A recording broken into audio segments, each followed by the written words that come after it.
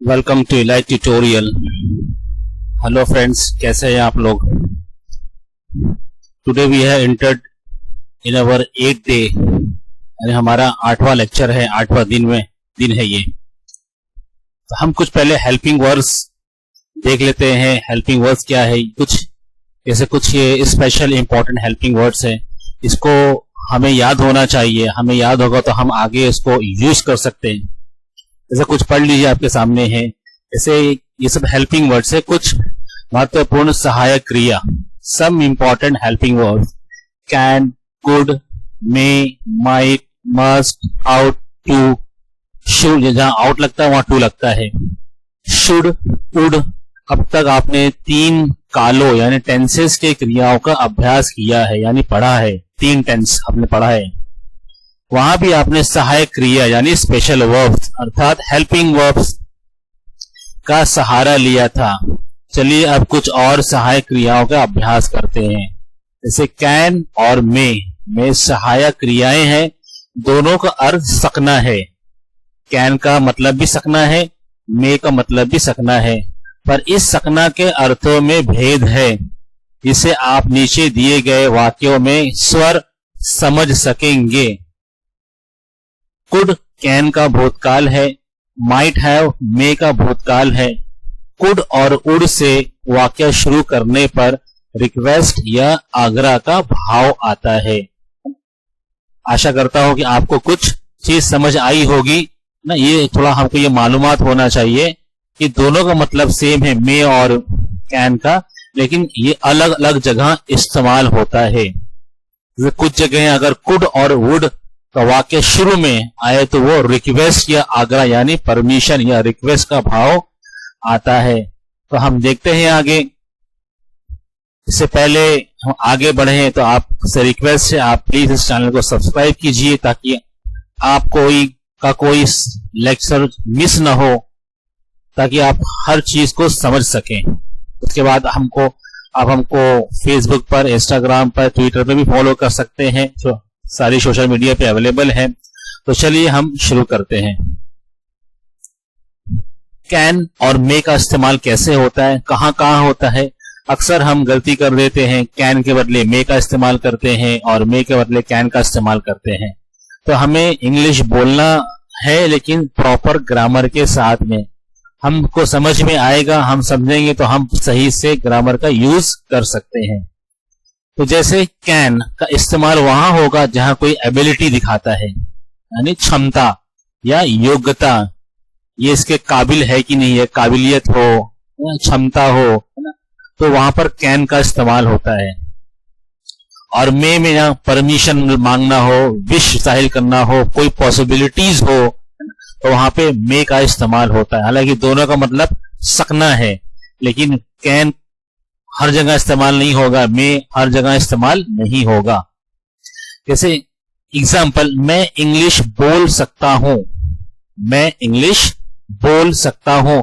अब यहां पे देखो एबिलिटी है, यानी अगर मैं इंग्लिश बोल सकता हूं तो ये मेरी एबिलिटी है। तो हम क्या कहेंगे इंग्लिश में, I can speak English, I can speak English. दूसरा, तुम ये खुद कर सकते हो, यानी ये आपकी योग्यता, आपकी कैलिबर्स, आपकी एबिलिटी है कि नहीं है। तो आप इंग्लिश में क्या बोलेंगे यहां पर, you can do it by yourself, तुम ये खुद कर सकते हो, you can do it by yourself. तो यहां पर कैन आया है। आगे, अंधे नहीं देख सकते हैं, अंधे नहीं देख सकते हैं। यहां पर क्या आएगा, द ब्लाइंड कैन नॉट सी, है ना। यहाँ पे योग्यता है, यानी अंधा है तो देख नहीं सकता, है ना, आंख वाला है तो वही देख सकता है, इसलिए ब्लाइंड कैन नॉट सी। क्या मैं अंदर आ सकता हूं, हमने इसको पहले पढ़ा था। अगर कोई जिसमें क्या आए तो वो क्वेश्चन मार्क्स हो जाता है, यानी सवाल के अंदाज में पूछ रहा है, क्या मैं अंदर आ सकता हूं। ये देखो परमिशन मांग रहा है, देखो हमने पढ़ा था परमिशन। अब क्या कहेंगे इंग्लिश में, मे आई कम इन, यानी आज्ञा, परमिशन मांग रहा है। क्या मैं, यानी हम्बल वर्ड है ये, परमिशन वाला वर्ड है ये। तो मे आई कम इन, फिर आज बारिश हो सकती है, आज बारिश हो सकती है। It may rain today, it may rain today, है ना, आज बारिश हो सकती है, इट मे रेन टुडे। अल्लाह आपकी रक्षा करे, अल्लाह ईश्वर आपकी रक्षा करे। May God protect you, may God protect you. यहाँ पे विश है ना, हम विश करते हैं अल्लाह आपकी उम्र सलामती करे, उम्र बढ़ाए। हम क्या कहते हैं इंग्लिश में, मे गॉड प्रोटेक्ट यू, कि तुम्हारी उम्र या आयु लंबी हो। हम कहते हैं दोस्तों को, या तुम्हारी उम्र आयु या लंबी हो।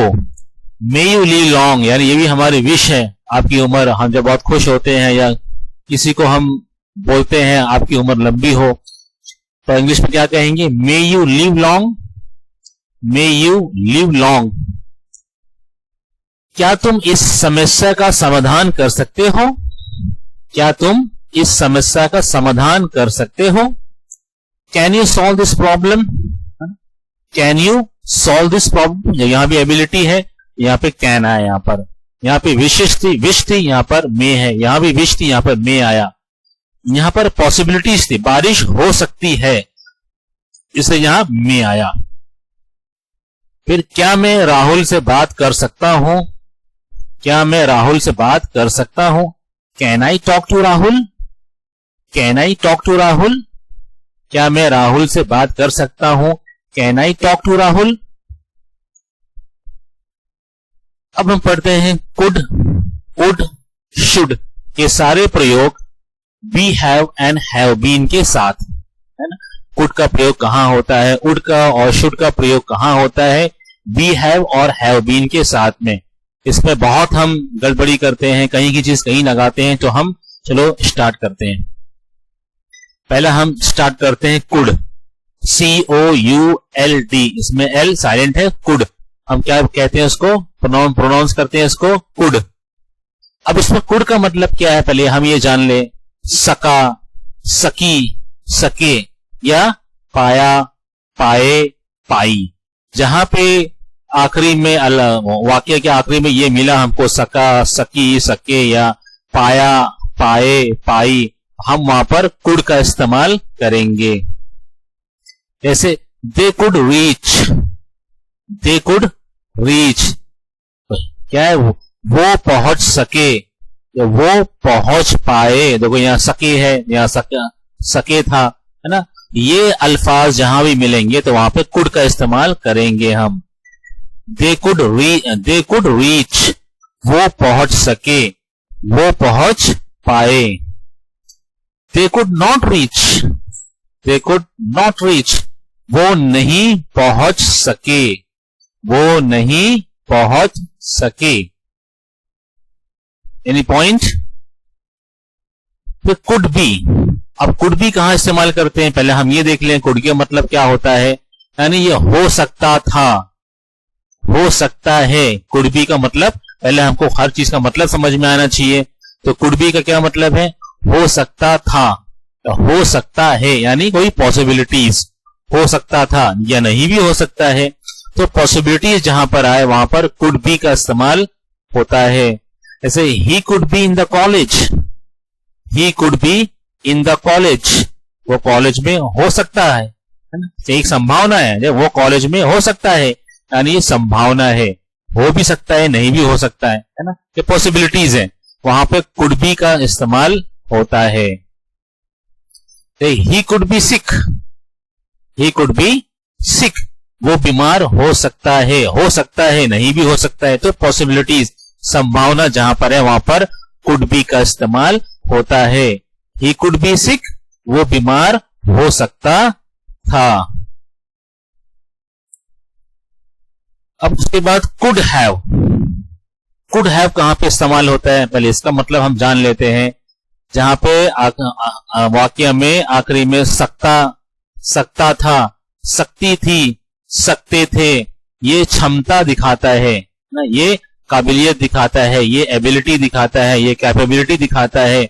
सकता था, सकती थी और सकते थे। तो हम एग्जांपल से देख लेंगे तो हमको और हमारा कंसेप्ट क्लियर होगा। कोई काम जो किया जा सकता था लेकिन नहीं किया गया, लेकिन नहीं किया गया, कोई काम जो किया जा सकता था लेकिन नहीं किया गया, वहां पे कुड हैव का इस्तेमाल होता है, वहां पर कुड हैव का इस्तेमाल होता है। जैसे स्ट्रक्चर देखिए कैसे सेंटेंस बनता है, सब्जेक्ट प्लस कुड हैव तो लगेगा ही, प्लस वर्ब का थर्ड फॉर्म, प्लस वर्ब का थर्ड फॉर्म, प्लस ऑब्जेक्ट, ये हमारा स्ट्रक्चर है। अब इस स्ट्रक्चर में हम सेंटेंस बनाएंगे। जैसे ही प्लस कुड हैव तो आएगा ही, plus told plus me, he could have told me, he could have told me, वो मुझे बता सकता था, वो मुझे बता सकता था। He could have gone there, he could have gone there, वो वहां जा सकता था, वो वहां जा सकता था। तो आप समझ गए होंगे कुड और कुड बी और कुड हैव कहां कहां इस्तेमाल होता है। तो फिर हम चलते हैं could have been, could have been. अब इसमें इसका समझ लेते हैं इसका मायने क्या है। उसका मायने हो सकता था, हो सकते थे, हो सकती थी, हो सकता था, हो सकते थे, हो सकती थी। She could have been a doctor, she could have been a doctor, वो एक डॉक्टर हो सकती थी, वो एक डॉक्टर हो सकती थी। She could have been a doctor, वो एक डॉक्टर हो सकती थी। My name could have been in the list, मेरा नाम लिस्ट में हो सकता था। My name could have been in the list, मेरा नाम लिस्ट में हो सकता था। इसके बाद में हम आगे बढ़ेंगे should, should का मतलब है चाहिए, हमने इसे पहले कवर किया।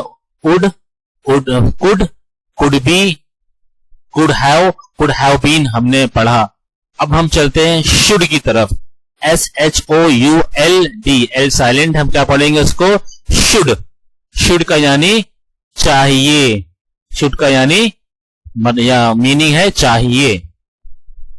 ये कहां इस्तेमाल होता है, सलाह, उपदेश, कर्तव्य का बोध कराने के लिए, यानी अगर हमें किसी को सलाह देना है, उपदेश देना है, कर्तव्य का बोध कराने के लिए वहां पर शुड का इस्तेमाल होता है।